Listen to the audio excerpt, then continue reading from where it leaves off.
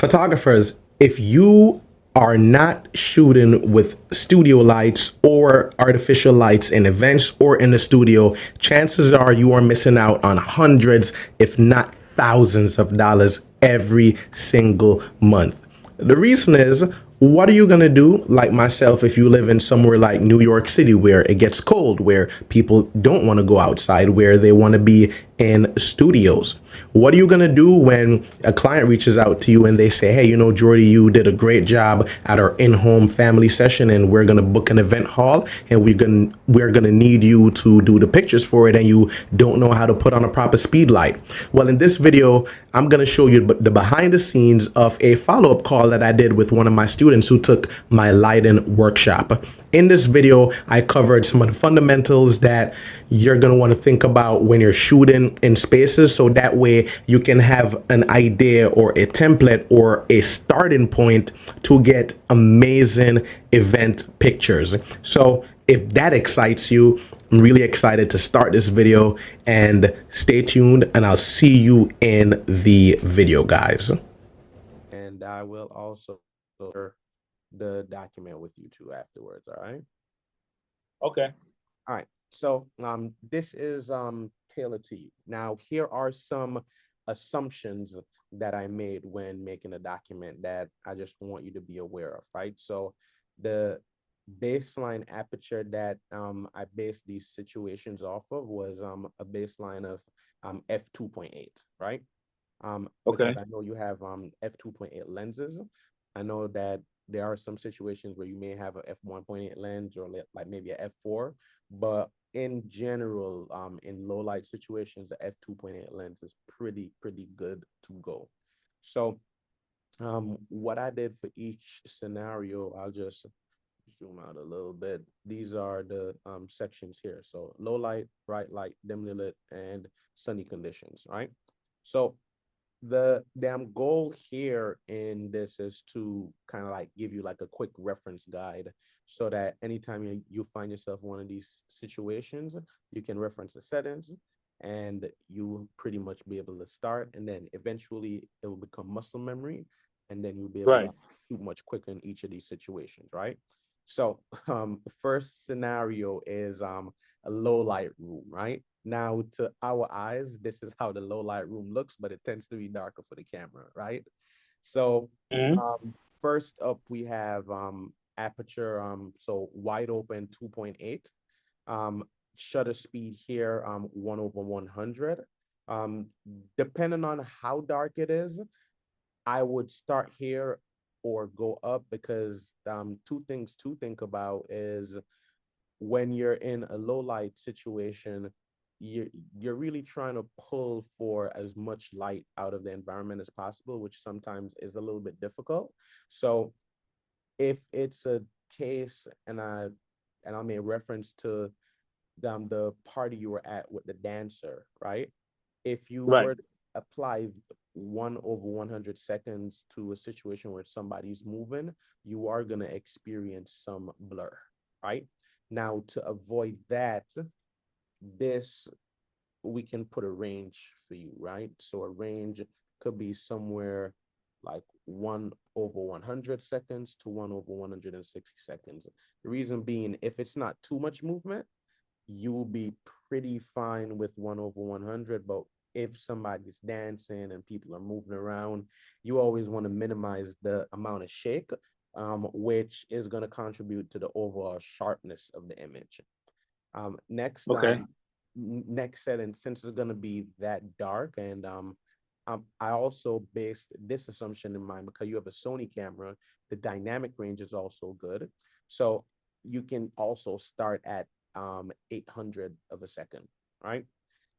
And then as far as flash power on your camera, 1 over 1/16 is a typical good place to start, or 1 over 8. Now, here's some other thoughts to consider, right?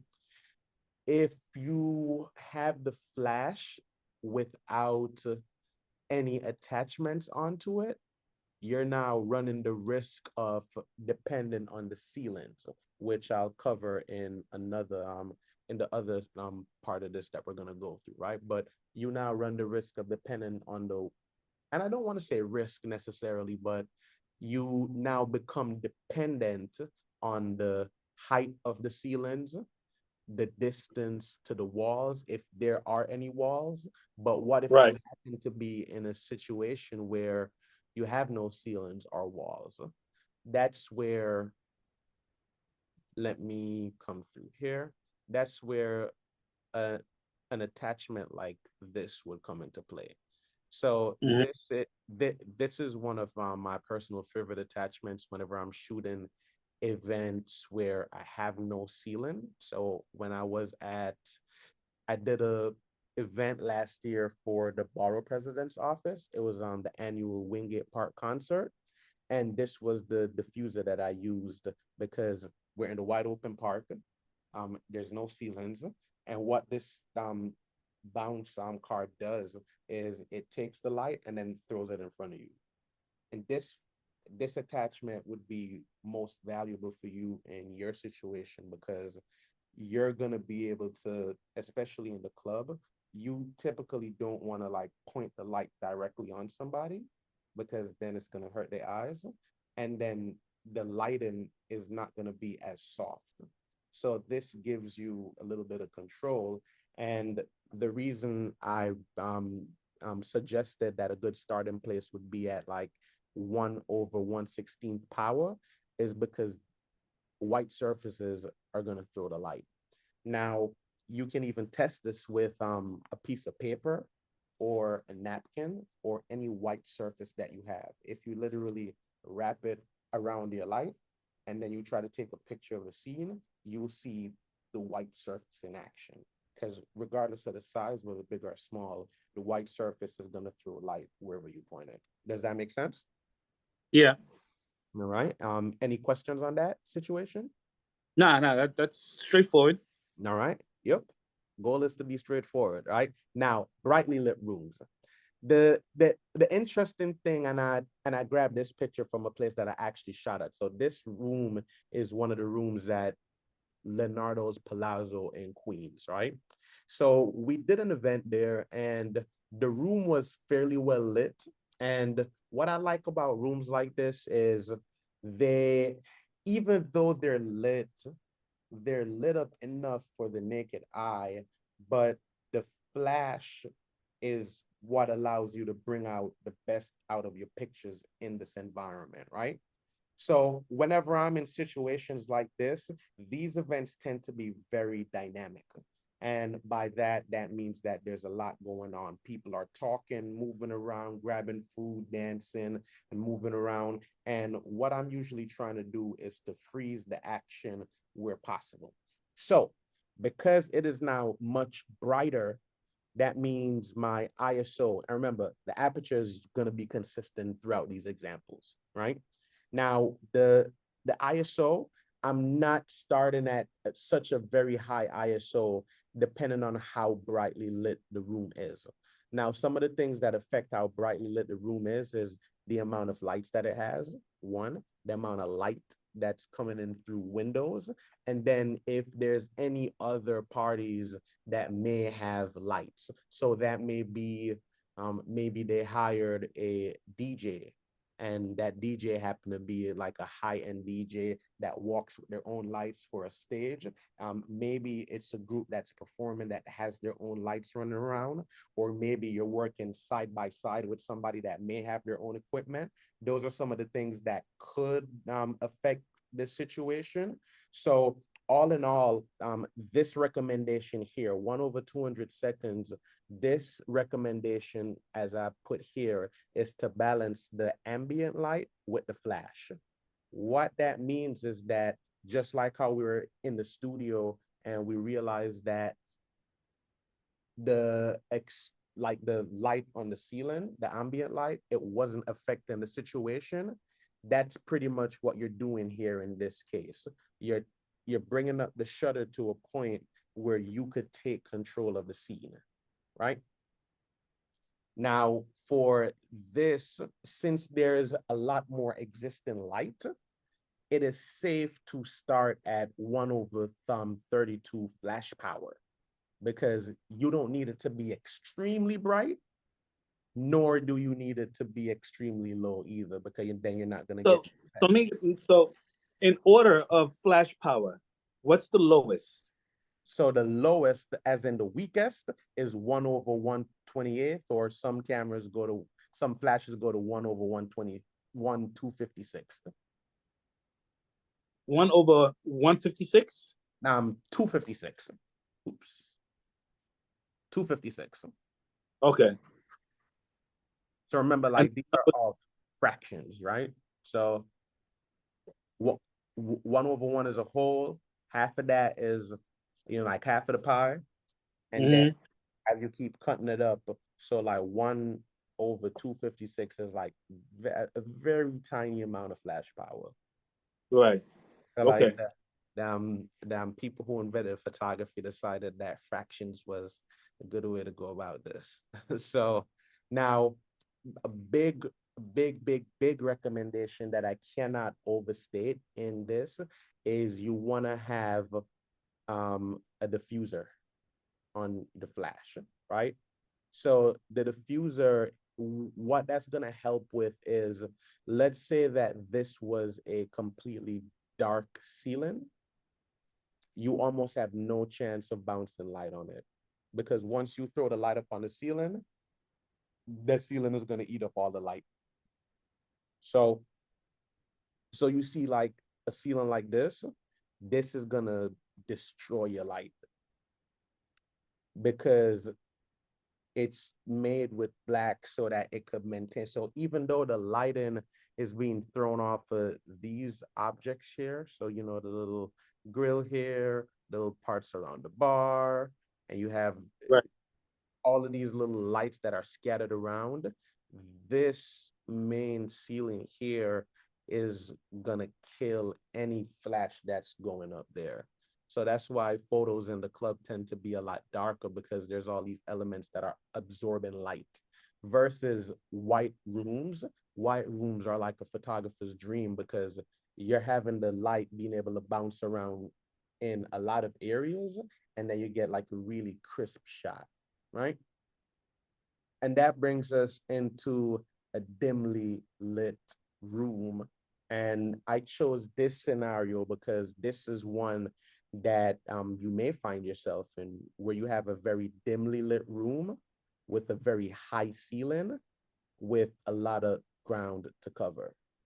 Now, this scenario is your flash power is going to be a little bit higher. So 1/8. 1/8. And these are all I pulled all of these from personal experience, and I tried to make it relate to as much as the typical situations that you've told me that you've been in. All right. So again, we're really trying not to go below 1/100 of a second, because we want to freeze as much of the motion as possible, right? And then my ISO, again, there's always a balance of not having it too high, but also not having it too low.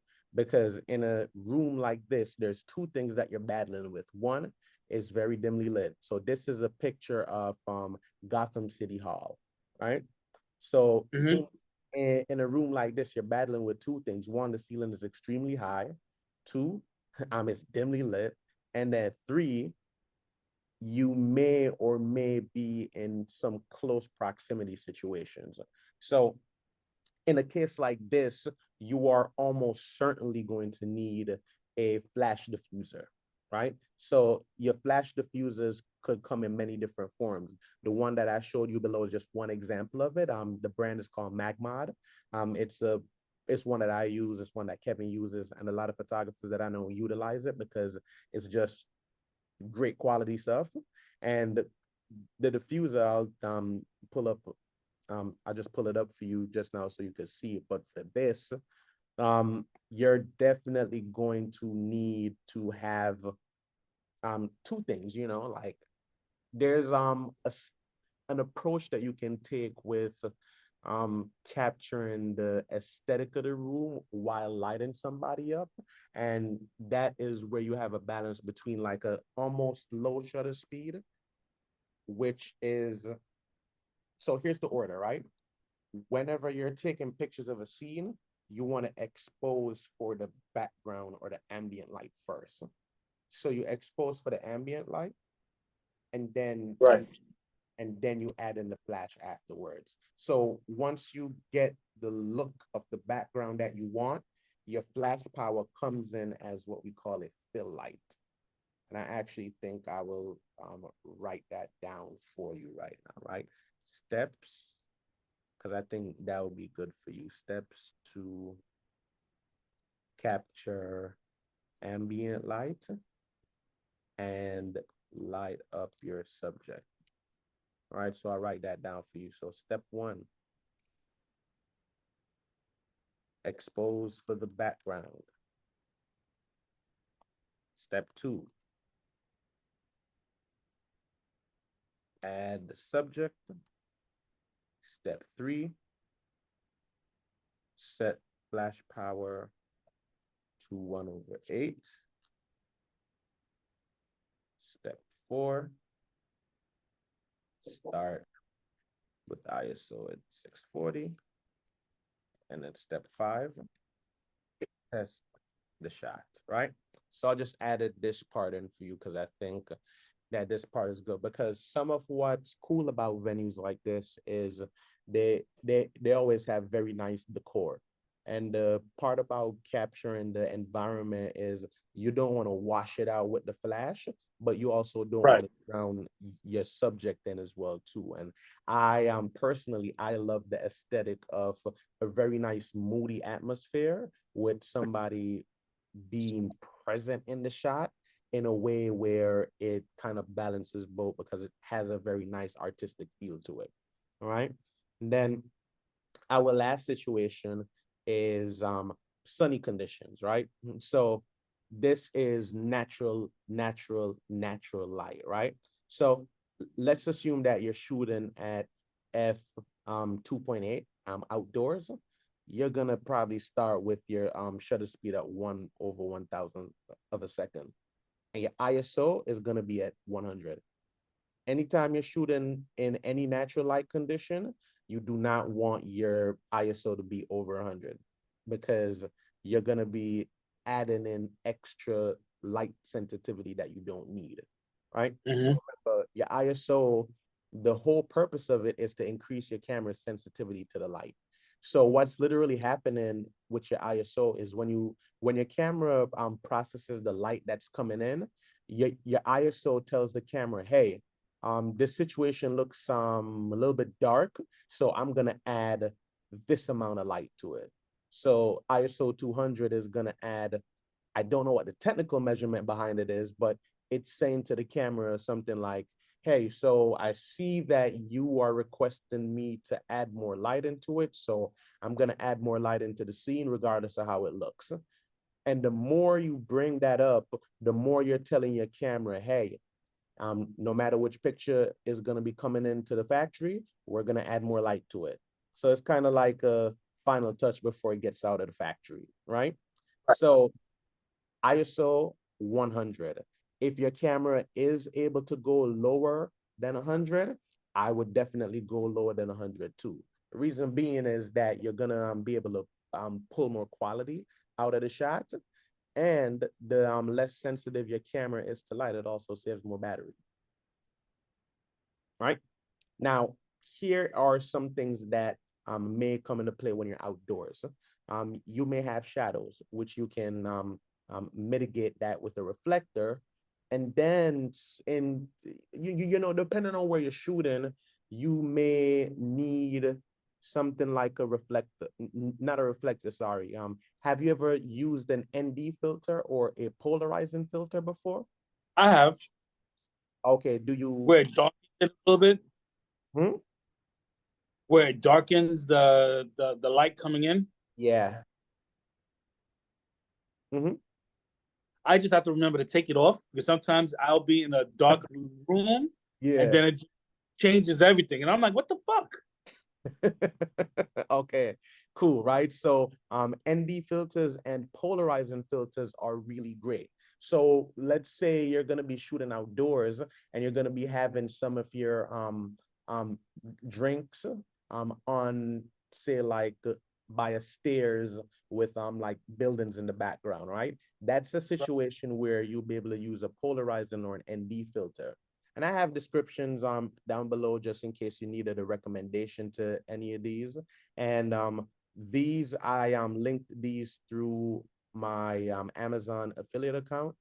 So if you do make a purchase with it, I just have to give a disclaimer for like legal purposes. But these are all products that I've personally bought and used.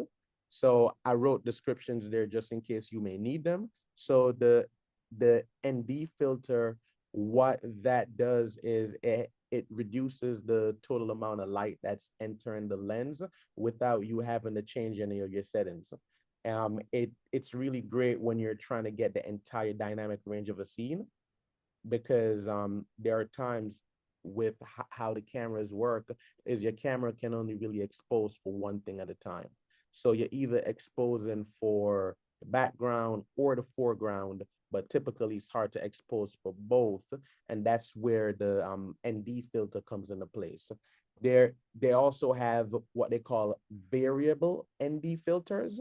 And variable ND filters, you can turn the knob and then it's going to progressively get darker and progressively get darker or lighter, sorry. So that way you'll be able to use them in multiple situations, all right? And then the polarizing filter is good because it reduces excessive highlights. So if, it's probably just a better demo. See this hot spot on my face right here? What the polarizing filter would do is it would turn that hot spot in, like this. So it would reduce the extra shine and then it would soften it and spread it out. So what it's doing is it's bringing back the dynamic range. So all the shiny surfaces that exist within your picture on metallic surfaces, on skin, the clouds being in the sky, the extra light that's coming through that's causing the clouds to kind of blend in with the sky. The polarizing filter, it reduces the excess highlights in your shot so that way you could balance out the scene. All right. And that is pretty much the end of these various scenarios. Now, for the MagMod bounce, one piece of advice is that you're going to be needing this grip right here, right? So this MagMod grip, MagMod has a variety of different attachments that you could use. So these portions here, you see where that little lightning bolt is on the side, right? Yeah. There are magnets in here, right? And what these magnets allow is MagMod has a number of different flash attachments, and I'll just show you so that you could see. So I'm just gonna type in MagMod into the Amazon search. So if you look here, they have I also have this the MagSphere. I use I this is my go-to diffuser when I'm shooting events because this breaks up the light and spreads it in a 360 direction. That's the grip that I just described to you. So this grip goes on top of the flash, and then the MagSphere, I'll just show you right here. It